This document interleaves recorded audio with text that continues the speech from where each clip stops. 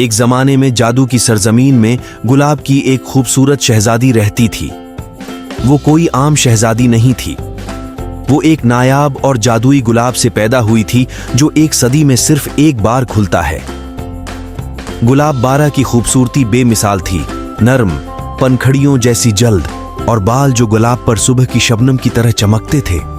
اس کا دل بھی فجر کی پہلی روشنی کی طرح پاکیزہ تھا اور وہ جادوئی جنگل کی تمام مخلوقات کو محبوب تھی۔ ایک دن زہرینیا نامی ایک شیطانی جادوگرنی نے گلابارہ کی خوبصورتی اور پاکیزگی سے حسد کرتے ہوئے سلطنت پر ایک شیطانی جادو کیا۔ پوری زمین تاریکی میں ڈوب گئی اور قلعے کو گھیرے ہوئے پرفتن گلاب مرجھا کر مرنے لگے۔ گلابارہ اپنی مہربان اور دلیرانہ روح کے ساتھ اپنی بادشاہی کو تکلیف میں مبتلا دیکھ کر برداشت نہ کر سکی۔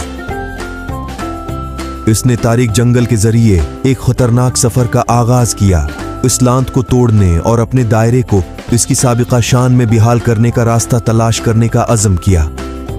اپنے سفر میں اس کا سامنا بات کرنے والے جانوروں، خیر خواہ پریوں اور پراسرار روحوں سے ہوا جنہوں نے اسے چھپے ہوئے باغ کی طرف رہنمائی کی۔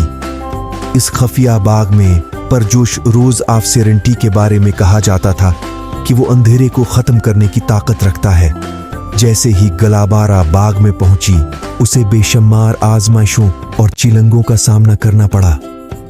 اس نے ہوشیار پہیلیوں کو ختم کیا، جنگلی مخلوق کو قابو کیا اور یہاں تک کہ ایک تنہا ڈریگن سے دوستی کی جس نے سکون کے گلاب کی حفاظت کی۔ اجدھے کی مدد سے گلابارہ نے جادوئی گلاب کو کھینچ کر اونچا رکھا۔ جس لمحے اس نے سکون کے گلاب کو چھو لیا، اس سے ایک چمکدار روشنی پھیلی، اس اندھیرے کو دور کر دیا جس نے سلطنت کو اپنی لپیٹ میں لے رکھا تھا۔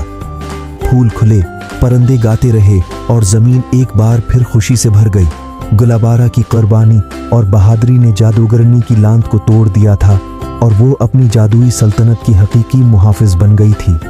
گلاب پھول گئے اور اس کی خوبصورتی اور بھی دلکش ہو گئی، لیکن یہ اس کا دل اور حوصلہ تھا جس نے اسے صحیح معنوں میں لیجنڈ کے لائق شہزادی بنا دیا۔ اور اس طرح گلاب کی شہزادی گلابارہ کی کہانی پورے ملک میں پھیل گئی۔